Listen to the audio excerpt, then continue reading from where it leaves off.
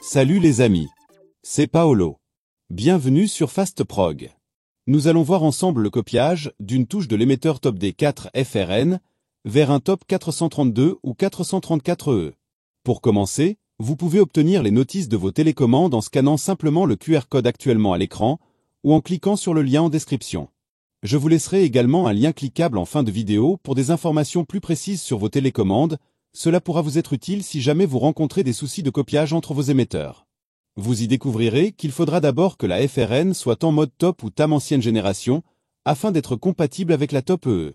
Vous y trouverez aussi la procédure de changement de fréquence de la FRN, car pour que les émetteurs soient copiables entre eux, ils doivent être sur la même fréquence. Voici aligné en haut de votre écran, la liste des émetteurs dans lesquels il est possible de copier le code des Top D4 FRN. Je vous rappelle que vous n'êtes pas obligé d'être à proximité de votre automatisme pour effectuer cette manipulation. Voici représenté en bas la Top FRN déjà programmée sur votre automatisme et que vous souhaitez programmer dans une autre télécommande. Au-dessus, la nouvelle télécommande, celle dans laquelle vous désirez envoyer le code. J'ai retiré les télécommandes à 2 touches sur lesquelles le principe sera le même. Assurez-vous du bon fonctionnement de vos émetteurs en vérifiant s'ils clignotent bien lorsque vous appuyez sur ceci. Si ce n'est pas le cas, contrôlez que la pile soit bien en place et en bon état. Pour le clonage, appuyez en même temps sur les 2 touches du haut de la nouvelle télécommande jusqu'à ce que la LED clignote plus rapidement. Puis relâchez les 2 touches. Appuyez ensuite une fois sur la touche à codifier, la LED s'allume fixement.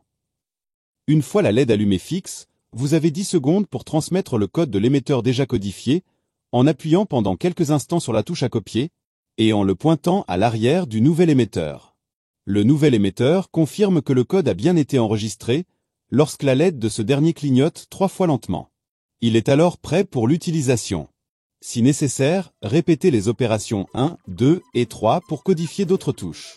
Il ne reste plus qu'à essayer votre nouvel émetteur sur votre automatisme. Et si ça fonctionne, alors parfait. N'hésitez pas à me laisser vos remarques ou suggestions.